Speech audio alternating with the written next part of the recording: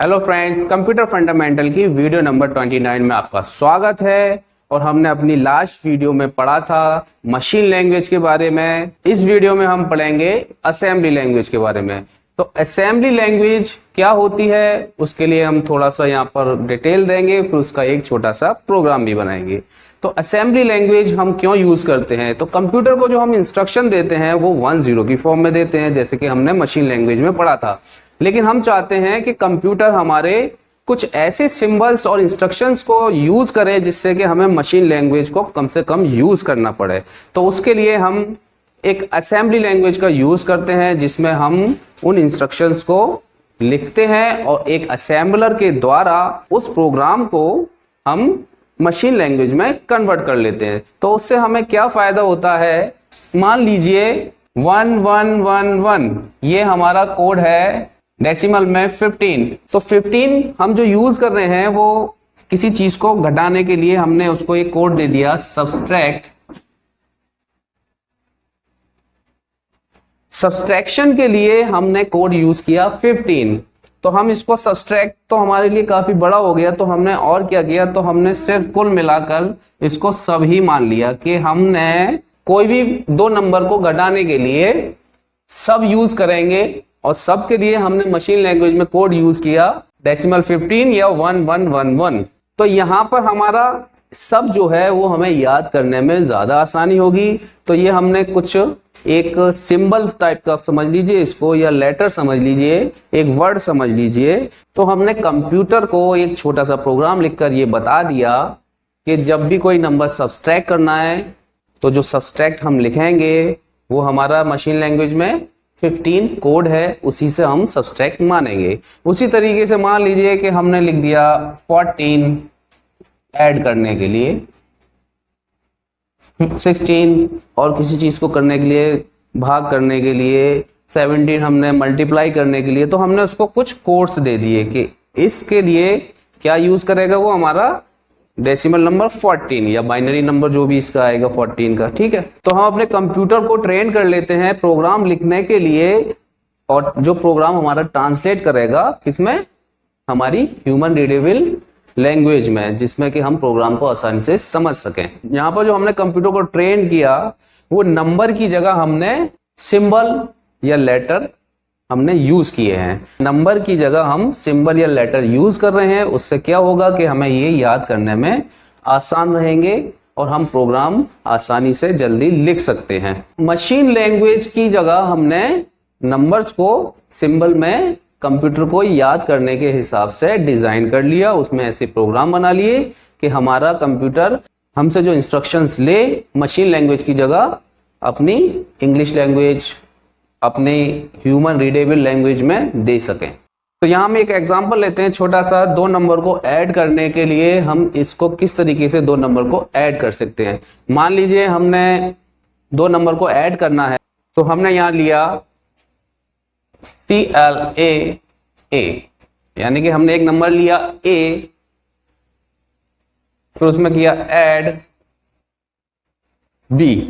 एक नंबर ले लिया A, उसमें ऐड कर दिया B को, और फिर हमने लिया STAC, यानी कि A और B को C में स्टोर कर ली। फिर हमने लिया टाइप C, कि C जो है उसको यहां पर टाइप कर दे या प्रिंट कर दे। फिर हमने उसको इंस्ट्रक्शन दिया halt, कि हमारा जो प्रोग्राम है वो यहां पर खत्म हो जाए। तो ये हमने क्या किया है, यहां हमने लिया है कि जो हमारा हमने एक नंबर लेना है, उसमें हमने एक वैल्यू असाइन करनी है, वो हमने ले लिया A। फिर एक नंबर हमने ऐड करना है, कौन सा ऐड करना है? B को। तो B को ऐड करने के लिए हमने यहां पर ऐड B लिख दिया, और उसका जो आउटपुट है वो हमने C में स्टोर करा लिया, और फिर उस आउटपुट को हमने यहाँ पर प्रिंट करा लिया और हमने प्रोग्राम टर्मिनेट कर दिया। तो ये हमारा इस तरीके से प्रोग्राम लिखने में जो हमारे प्रोग्रामर हैं मशीन लैंग्वेज में जो प्रोग्रामिंग कर रहे थे उनको यहाँ पर आसानी हो गई कि दो नंबर ऐड करने के लिए उनको बहुत ही ज़्यादा मशीन लैंग्वेज सीखने की भी ज़रूरत नहीं पड़ी, प्लस उसमें गलती होने की सारी जो संभावनाएं थी वो खत्म हो गई, क्योंकि यहाँ पर हमें सीधा सीधा दिख रहा है कि हमें कोई नंबर लेना है तो हमें ये यूज करना है, हमें कोई नंबर ऐड करना है तो ये यूज करना है, किसी नंबर को हमें स्टोर करना है तो हमें ये यूज करना है, और अगर किसी नंबर को हमें प्रिंट आउट करना है तो हम इस टाइप की सिंबल्स को यूज कर सकते हैं। तो ये हमारे मशीन लैंग्वेज के मुकाबले प्रोग्रामर जो मशीन लैंग्वेज प्रोग्रामिंग करते थे, जो मशीन लैंग्वेज से प्रोग्राम बनाते थे, उनको काफी आसानी हो गई। तो जब हमने इस तरीके से प्रोग्रामिंग की कि हमारा कंप्यूटर इन सारे सिंबल्स को समझ सके, तो जो कंप्यूटर था वो लाइन बाय लाइन हमारे प्रोग्राम को मशीन लैंग्वेज में कन्वर्ट करता है और उसका आउटपुट हमें प्रोसेस करके दे देता था। असेंबली लैंग्वेज में जो हम प्रोग्राम लिखते हैं तो उसको हमारा असेंबलर जो इस प्रोग्राम को मशीन लैंग्वेज में कन्वर्ट करता है, वो किस तरीके से हमारा प्रोग्राम रन होता है। ये मान लीजिए यहाँ हमारा असेंबली लैंग्वेज का प्रोग्राम हमने कोई लिखा हुआ है, ये हमारा असेंबलर है,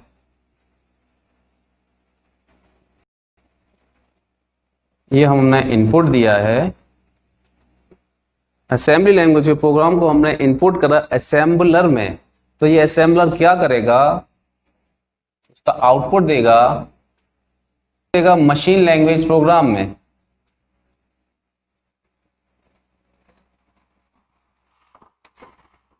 तो ये हमारा हो गया सोर्स प्रोग्राम और ये हमारा हो गया ऑब्जेक्ट प्रोग्राम।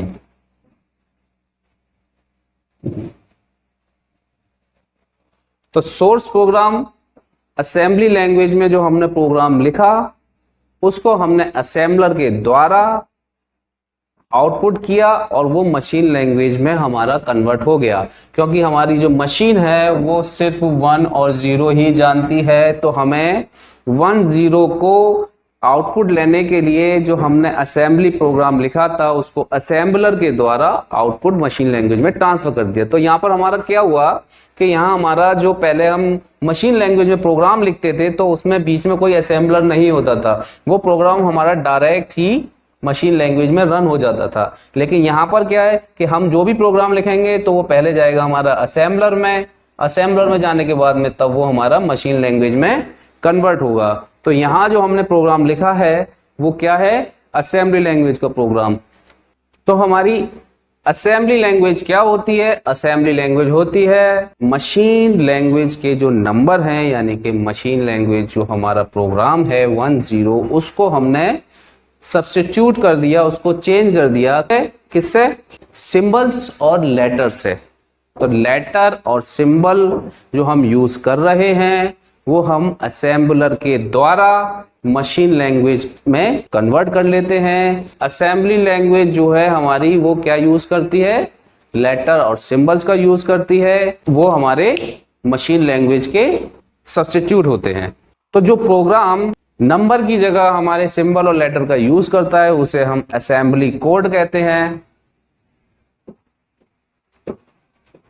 असेंबली कोड जो है यानी कि हमने जो प्रोग्राम लिखा वो क्या है, हमारा असेंबली कोड।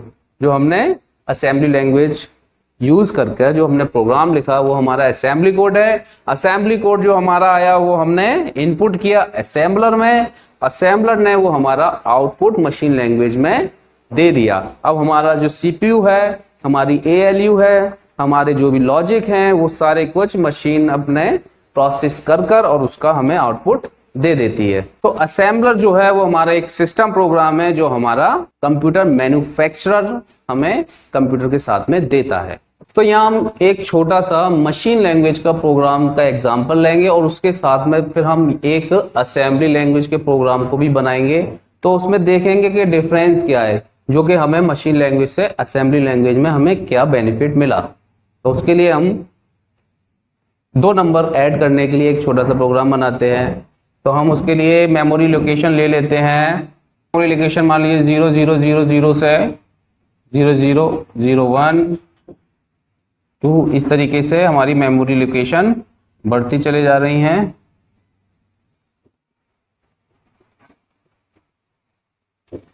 ये हमारी मेमोरी लोकेशन है। हमें क्या करना है, हमें 2 नंबर को ऐड कराना है। तो उसके लिए हम किस मेमोरी लोकेशन पे हमें क्या ऐड करना है, उसका भी हमें यहाँ पर पूरी जानकारी रखनी पड़ेगी। तो जैसे हमने अपनी लास्ट वीडियो में देखा था, आपको ऑपरेशन कोड के बारे में बताया था, ओपी कोड के बारे में। तो ओपी कोड क्या है? हमारा ऑपरेशन कोड है, हमारा ओपी कोड है 10, जो हमारी मेमोरी लोकेशन 000 पर लिखा हुआ है। ओपी कोड के हिसाब से हमें एक मेमोरी लोकेशन ले ली हमने 1001। तो हमारा ये ओपी कोड 10 जो है वो हमें बता रहा है कि हमने एक स्पेस यानी कि 1001 जो हमारी मेमोरी लोकेशन है, जो 1001 हमारी जो मेमोरी लोकेशन है, उस पर हमें ऑपरेशन ओपी कोड में जो हमने 10 में जो इंफॉर्मेशन दी है वो क्या दी है कि एक रजिस्टर है, ए रजिस्टर जो हमारा होता है, ए रजिस्टर, जैसे कि हमने आपको रजिस्टर की क्लास में बताया था ए रजिस्टर के बारे में। ए रजिस्टर जो होता है इनिशियल डाटा, इंटरमीडिएट डाटा और आउटपुट और फाइनल डाटा को रखने के लिए हम इसको यूज करते हैं। तो ये जो हमारा ओपी कोड 10 है ये बता रहा है तो 1001 जो लोकेशन है उसको पहले क्लियर करे और वहां पर एक जो हमारी वैल्यू है उसको यहां पर ऐड कर ले, ऐड नंबर, यानी कि हमने यहाँ पर एक नंबर को ऐड कराना है। तो सिंपली हमें क्या करना है कि हमारी जो मेमोरी लोकेशन है वहां पर हमारा ओपी कोड जो 10 है, उस ऑपरेशन कोड को हमने इस मेमोरी लोकेशन पर ए रजिस्टर को इंस्ट्रक्शन दिया है, ओपी कोड ने इस मेमोरी लोकेशन पर जो डाटा है उसको क्लियर करे और एक नंबर ऐड कर ले। तो यहाँ पर मान लीजिए हमने ये एक नंबर ऐड कर लिया। अब नेक्स्ट ऑपरेशन हमें दूसरा नंबर ऐड कराना है, ऐड बी।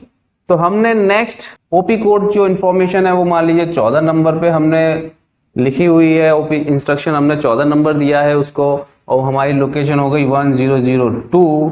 तो 1002 पर हमने दिया इसको इंस्ट्रक्शन ओपी कोड ने कि ऐड कर ले दूसरा number, add second number in A register. A register में जो वैल्यू है उसके साथ में ये दूसरे नंबर की वैल्यू को ऐड कर ले।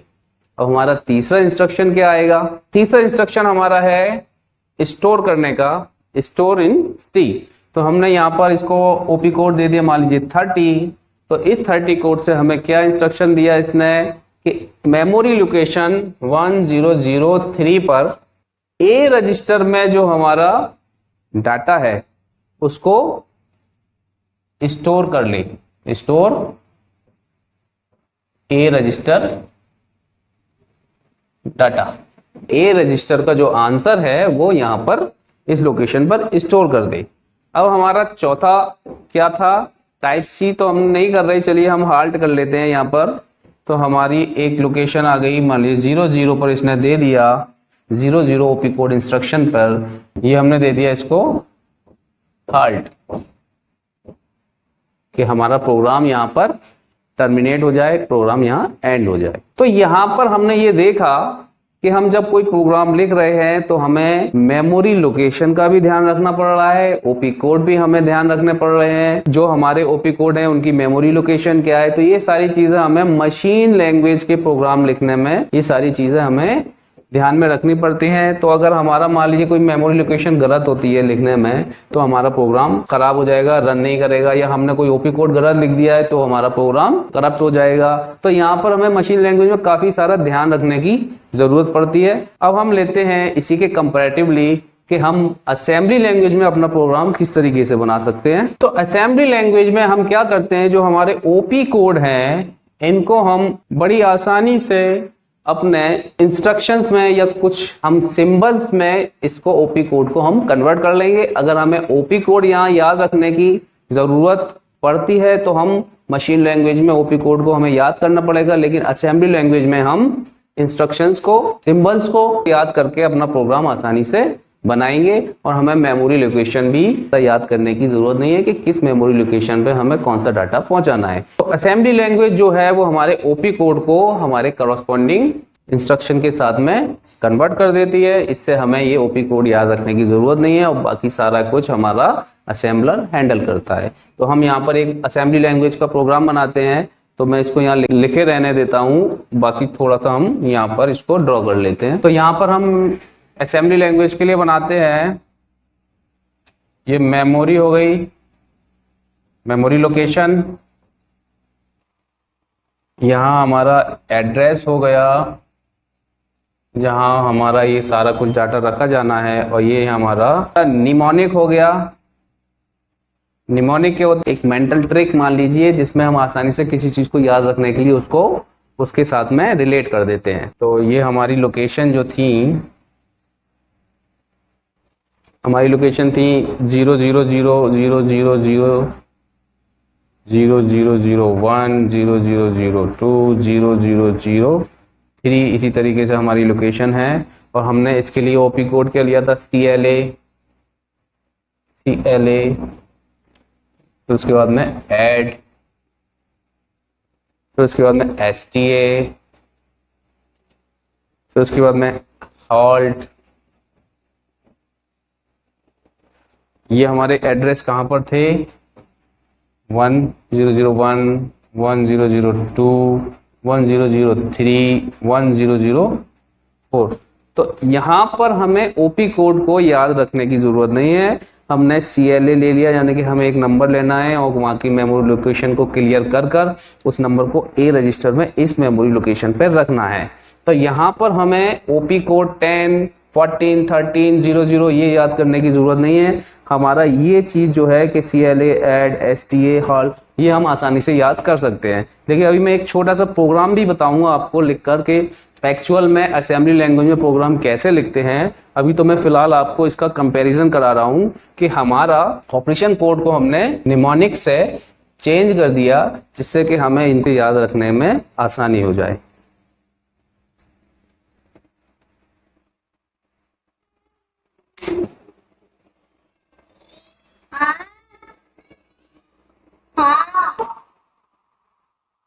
तो यहाँ पर हमें एक आसानी और ये हो गई कि जो हमने अपने प्रोग्राम असेंबली लैंग्वेज में लिखे, तो उसमें हमें यहाँ पर ये मेमोरी जो एड्रेस के ये वाला जो हमने इसको जगह जो हमें कोई ऐड करना है नंबर, तो उसको हमें ये बताने की जरूरत नहीं है कि इस नंबर को वो मेमोरी में किस जगह पर रखे। तो यहाँ पर तो मैंने आपको दिखाया है, लेकिन मशीन लैंग्वेज में हमें बताने की जरूरत पड़ती है। असेंबलर में हमने ये वाला भी काम जो है वो असेंबलर को ही दे दिया। न्यूमेरिक कोड के साथ में वो मेमोरी एड्रेस जहां पर वो डाटा रखना है वो अपने आप ही उस मेमोरी लोकेशन को एंगेज करे। हमें जरूरत नहीं है वो मेमोरी लोकेशन बताने की कि कौन सी मेमोरी नंबर पे उसको वो डाटा रखना है। तो ये काम भी हमने असेंबलर के द्वारा कंप्यूटर को ही दे दिया। तो हम इसका एक सिंबॉलिक प्रोग्राम बनाते हैं कि किस तरीके से हम असेंबली लैंग्वेज का एक सिंबॉलिक प्रोग्राम बना लेते हैं। यहाँ पर start program at 000 location and start data at 1001 location. ये हमने उसको प्रोग्राम को लिखने के इंस्ट्रक्शंस देना स्टार्ट कर दिए हैं। हम नेक्स्ट इसका इंस्ट्रक्शन लिखते हैं, सेट असाइड एन एड्रेस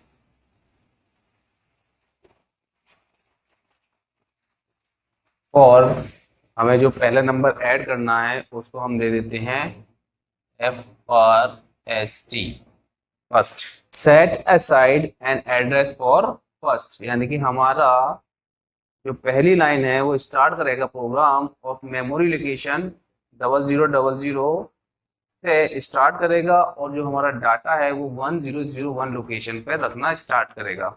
अब हमारा जो प्रोग्राम चालू हुआ कि set aside an address for first, तो जो हमारा जो फर्स्ट नंबर है उसके लिए एक मेमोरी एड्रेस लेगा, कहाँ से, 1001 से, और उस पर ये डाटा को रखने के लिए उसको रिजर्व कर लेगा। अब हमारा दूसरा इंस्ट्रक्शन क्या है कि हमें दूसरा नंबर ऐड करना है, तो हम कर देंगे set aside an address for second number के लिए। हमने सेकंड नंबर के लिए एक मेमोरी लोकेशन जो हमारी 1001 की बात थी, मान लीजिए 1002 रिजर्व कर ली सेकंड नंबर के लिए। फिर उसके बाद में हमें इसका आंसर चाहिए दोनों चीजों को जोड़ने के लिए, तो हमारा हो गया set aside an address for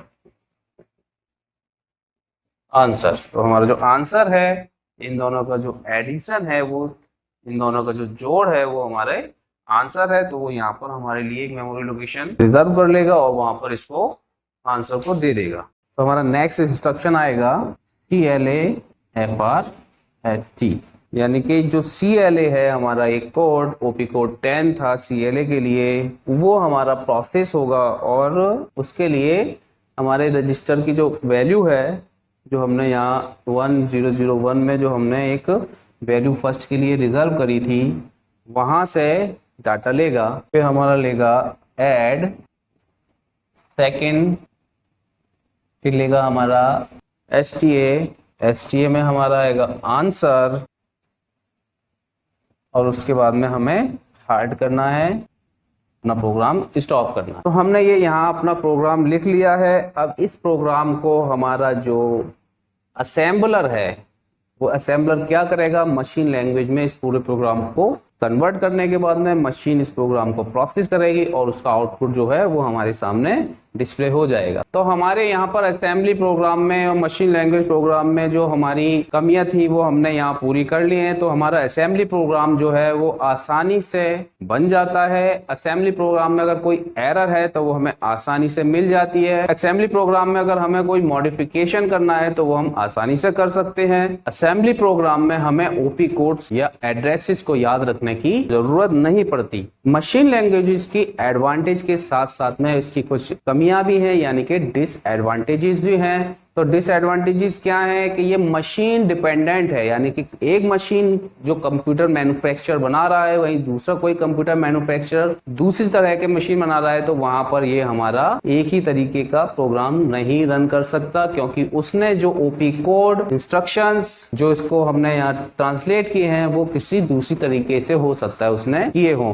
अलग अलग तरीके से चलाएंगी। मशीन लैंग्वेज प्रोग्राम की बात की और यहाँ पर हमने असेंबली लैंग्वेज की प्रोग्राम की बात की, लेकिन हमें असेंबली लैंग्वेज में प्रोग्राम लिखने के लिए भी हार्डवेयर की नॉलेज होना चाहिए, तभी हम असेंबली लैंग्वेज का प्रोग्राम लिख सकते हैं। असेंबली लैंग्वेज में भी हमें मशीन लेवल कोड की कुछ प्रोग्रामिंग करनी पड़ती है, तभी हम उसको पूरी तरीके से लिख सकते हैं। यहाँ पर हमने मशीन लैंग्वेज के एडवांटेजेस और डिसएडवांटेजेस के बारे में भी बात की, मशीन लैंग्वेज का प्रोग्राम किस तरीके से बनता है उसके बारे में भी बात की, और हमारा जो असेंबली लैंग्वेज का प्रोग्राम किस तरीके से बनता है उसकी भी हमने बात की, और असेंबली लैंग्वेज से हमारा जो प्रोग्राम है वो असेंबलर के द्वारा मशीन लैंग्वेज में कन्वर्ट होता है उसके बारे में भी हमने बात की। तो मशीन लैंग्वेज के मुकाबले में असेंबली लैंग्वेज से हमारी प्रोग्रामिंग इजी हो गई और हमारा एक स्टेप प्रोग्रामिंग में हम आगे बढ़ गए, जिससे कि हमारा टाइम, मनी, पावर, सारी चीजें हमारी सिक्योर हुई, यानी कि हमें उनकी बचत होने लगी।